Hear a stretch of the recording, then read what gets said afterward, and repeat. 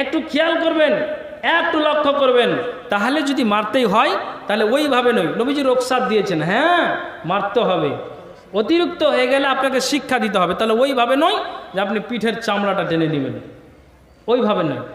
আমাদের এই অধিকার, এই উত্তম ব্যবহার দেখাটা নারীদের প্রতি একেবারেই নবীজি আমার বলেছেন যে উত্তম ব্যবহার করো। আল্লাহ পাক রাসূল স্পষ্ট হাদিসের ভিতরে তিনি এটা উল্লেখ করলেন।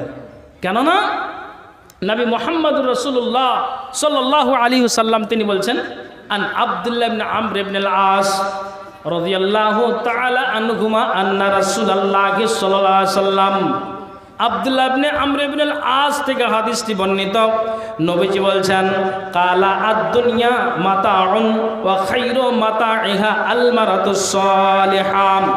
নবীজি আমার বলছেন, সমগ্র পৃথিবীটাই সম্পদ, আর এর মধ্যে উত্তম কল্যাণকর সম্পদ হচ্ছে পুণ্যবতী নারী।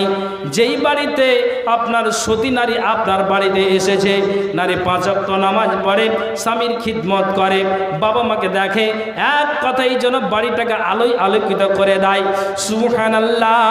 তাহলে এটা জেনে নিতে হবে ওই বাড়িটা যেন আপনার জন্য উজ্জ্বল হবে।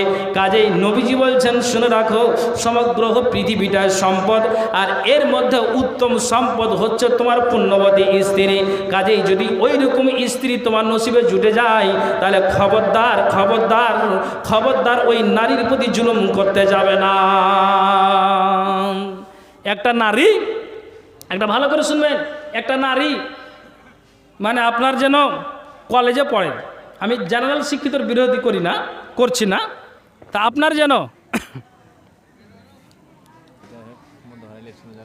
হুম